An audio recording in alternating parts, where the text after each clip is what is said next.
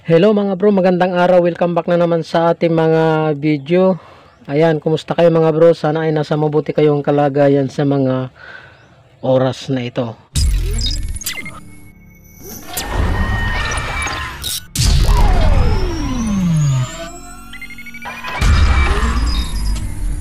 Okay, so bali meron na naman tayong gagawing isang Star Kobe dito mga bro namin ni amplifier, pero sabi ng may-ari malakas daw.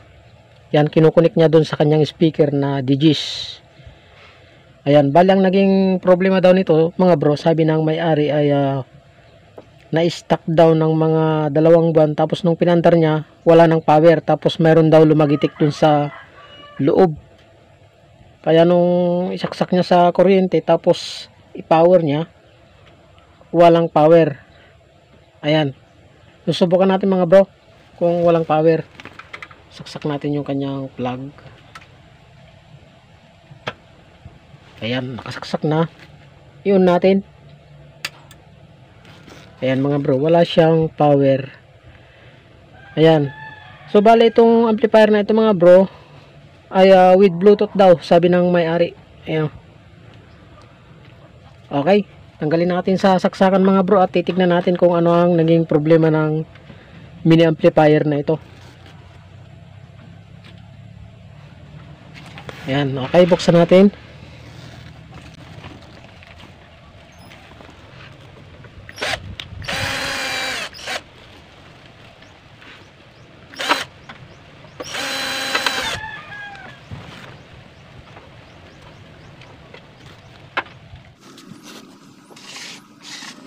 So bali nabuksan na mga bro, sira na yung kanyang selyo. Ayan o,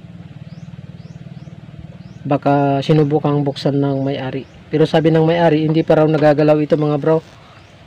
Wala pa daw nag-aayos dito na ibang mag-aayos.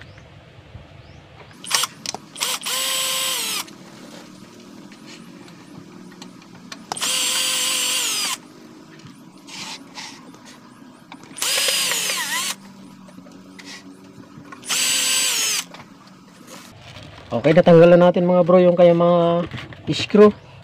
Tanggalin natin yung takip niya.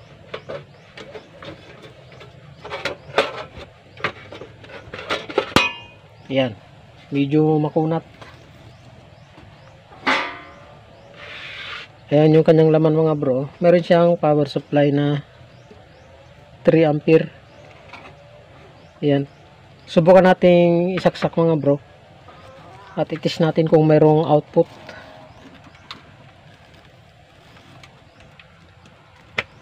Ayan, so yan, naka-on na. Check natin kung pumapasok yung 220 dito.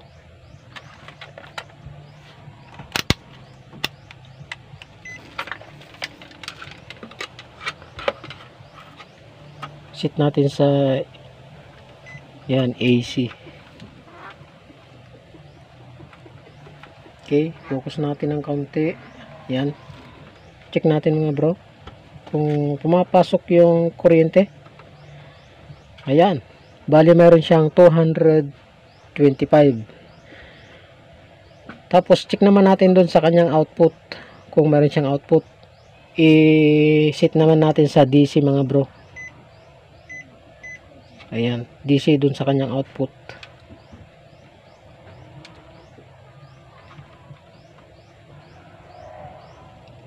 Ayan mga bro, mapapansin nyo, ayan o, 0 0, wala siyang output. Okay, tanggalin natin sa kuryente yung saksakan niya. Tapos ang mangyayari ay tanggalin natin yung power supply niya mga bro.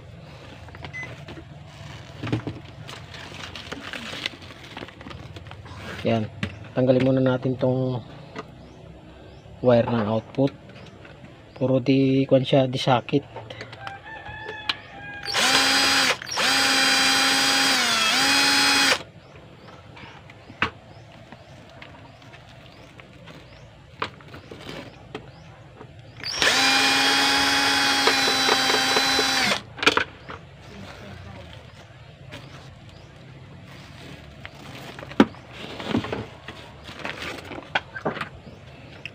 tatanggalin muna natin to mga bro, yung wire ng AC galing sa cord, duman siya sa switch. Yan, check natin tong kanyang power supply. So meron siyang kung mga bro, pumutok, ayun no. Yan, kung mapapansin nyo, mga resistor na SMD. Ayan no, hindi na makita yung kanyang value, burado. Oh. Okay, check natin kung naputol yung fuse o may shorted na. Baka may shorted na yan mga bro, kaya ano, wala nang output.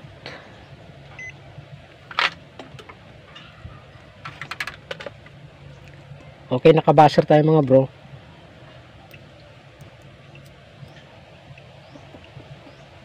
Nagluluko yung natin, tester natin. Yan. So check natin, baka may check natin yung kanyang fuse. Yun o. Lagot mga bro yung kanyang fuse, walang buzzer. So check natin yung input ng kanyang diode. Wala na mga bro, shorted na kaya naputol yung kanyang fuse. Check naman natin dun sa output ng kanyang diode, sa positive at negative. Shorted na din mga bro. Ayan. So tingnan natin sa magnifying glass mga bro.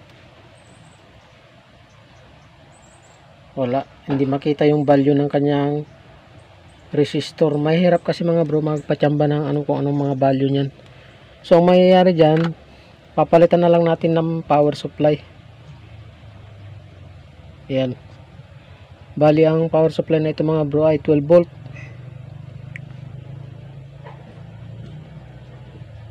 5 ampere itong power supply na ito.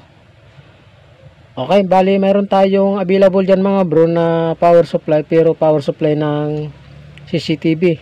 Susubukan natin yun. Bali ito mga bro, yung power supply natin na adapter. Bali yung kanyang output mga bro ay 12 volt, tapos ito ay 5 ampere yung kanyang amperahe. Ayan, subukan natin.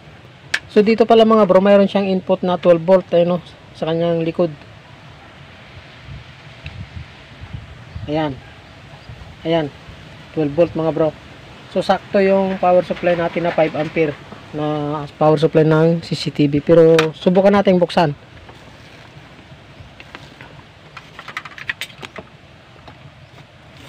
Kapag walang tornilyo mga bro, yung bubuksan nyo ay mayroon lang kung ito, mayroong lock. Kahit dun sa nagtatanong sa atin, kung halimbawa flashlight daw na walang lock. Kung halimbawa flashlight, walang screw, tuklapin nyo lang. Ganito ang gawin nyo mga ganyan. Sundan nyo lang yung biak na niya, biak nya. Yan, ganyan nyo lang ng kutsilyo. Ayan yan. Yan, gaganyan nyo.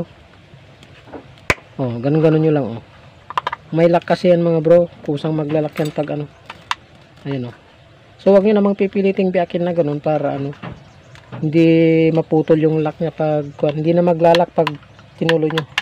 Sungkitin nyo lang ng kutsilyo para matanggal yung kanyang lock.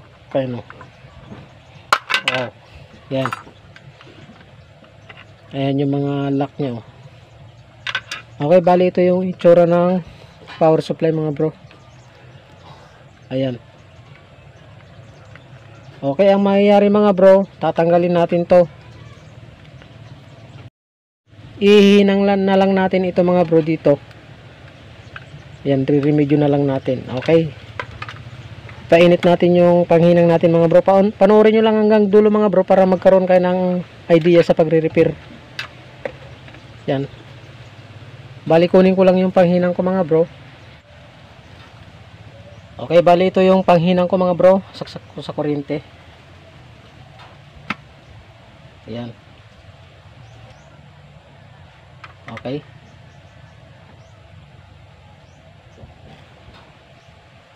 Bali ito pala yung pihitan ng panghinang ko mga bro. Tanggal. Yan, sagad lang natin sa ano, kanyang init. Okay. So tanggalin na natin to mga bro. Pero ibabalik din lang natin dito mga bro para mas safety doon pag ilalagay natin. Ayan yung kanyang itsura. Oh. Ayan, dalawa rin yung kanyang diode. Ayan o. Ayan. Ganon din yung dating nakalagay. Ayan o. Okay. Tanggalin natin. Bali nakadikit siya.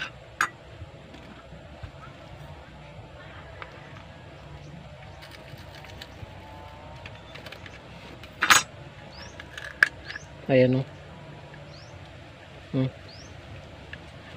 Meron siyang back to back na ano, pandikit.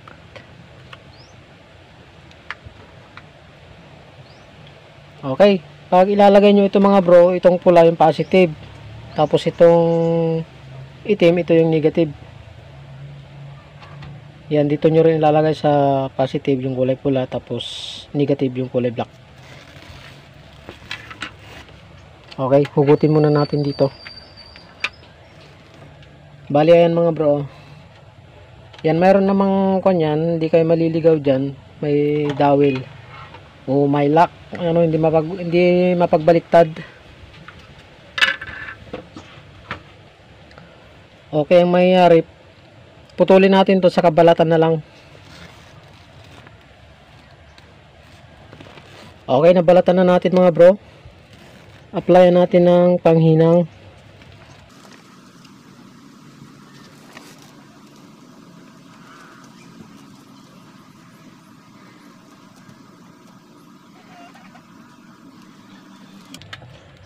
Tapos tanggalin natin yung ito, yung jack nya, tanggalin natin. Yan o. Okay, para hindi kayo malito, susundan nyo yung positive ng capacitor. Ayun. Tapos yung negative nya ayun sa kabila o. Ayan. Isa lang muna, tanggalin nyo muna yung positive, tapos palit nyo yung positive ng ito, yung wire ng amplifier. Yan. Tapos tanggalin nyo na rin yung negative nya, yung black. Doon nyo din kakabit yung black na galing sa amplifier. Ayan, tanggal na mga bro. Okay, tanggalin natin. Ito na yung lalagay natin. So, punduhan natin yun. Yan. Tapos ihinang na natin.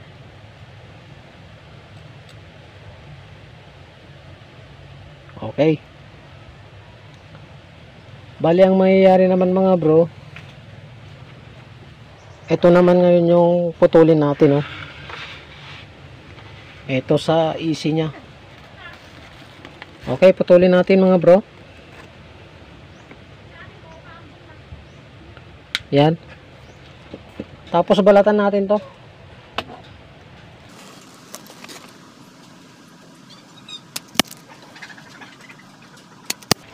Okay, nabalatan na natin mga bro. Punduhan natin ng ano, panghinang.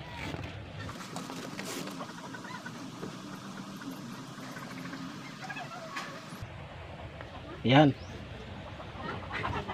Tapos mga bro, tanggalin din natin to. Yung wire ng cord niya, tanggalin natin dahil maiksi ito eh. Maiksi.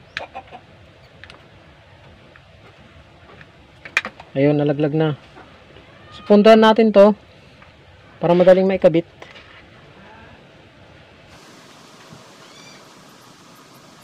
Yan. Tapos kabit natin yung dalawang wire na ito. Ayan, yung violet saka blue. Kahit baliktaran yan mga bro, ayos lang. Easy yan, easy. Okay. Ni. Okay. Tapos hinangin natin yung isa. Okay, nahinang na natin mga bro. Ayan o. Ayan. So ibabalik natin yung bahay niya. Yung bahay ng power supply. Ganyan lang natin. Ayan o. Tapos to. Lalagyan naman natin dun sa kanal niya. Ganyan. Ito naman yung antenna niya pala mga bro. Yung black na wire na ito. Antenna ng Bluetooth. Okay, takpan natin.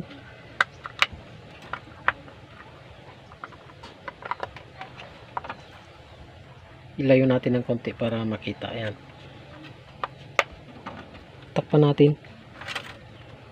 Ayun, maglalak siya mga bro kusa. O, ayan o. Ayan. Okay, ganyan na yan mga bro. Ito na yung pinaka power supply natin. Tapos salpak na lang natin ito dito. Ganyan. Ayan. Ayan, nakaganyan siya.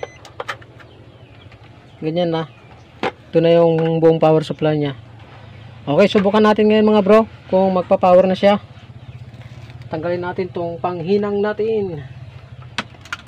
Tapos ilagay na natin dito sa chassis.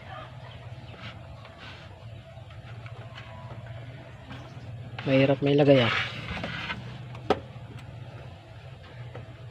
Ayun. Okay. Subukan natin isaksak ngayon mga bro. Ayun. Okay. Nag-power na siya oh. So, ulitin natin. Ayan. Okay, nag-power na siya. Ayan. Subukan nating lagyan ng speaker mga bro. Ayan, bali ang paglalagay ng speaker, ito yung lagayan ng positive at negative na 12 volt. Ito naman yung sa amplifier output. Right saka left. Positive, negative, tapos positive, negative. Okay, lagay natin dalawang speaker mga bro. Susubukan natin.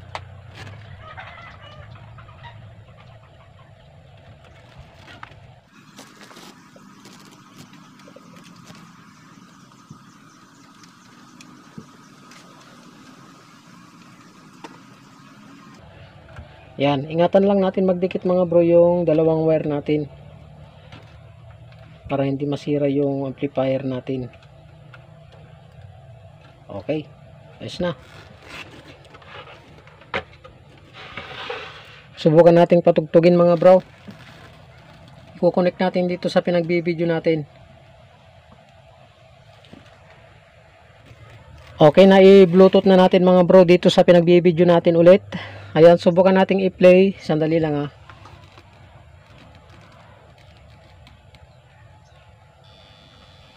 Ayan, i-volume natin.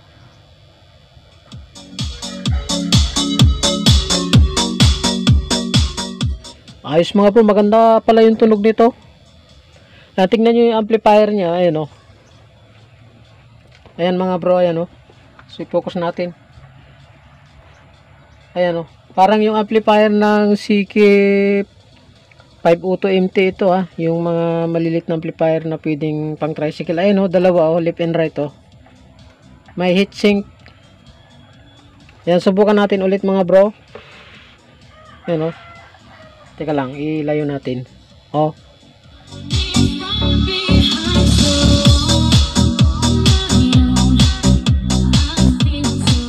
Ayan. So, ayos mga bro. Ganun lang gawin nyo kung halimbawa wala kayong pamalit nito. Maraming nabibili sa online na adapter na ganito. Ito mga bro ay power supply ng CCTV. Okay, so ayos mga bro. Sana ay nagkaroon na naman kayo ng konting idea sa video ito at ingat-ingat mga bro. Okay, salamat sa inyong panonood.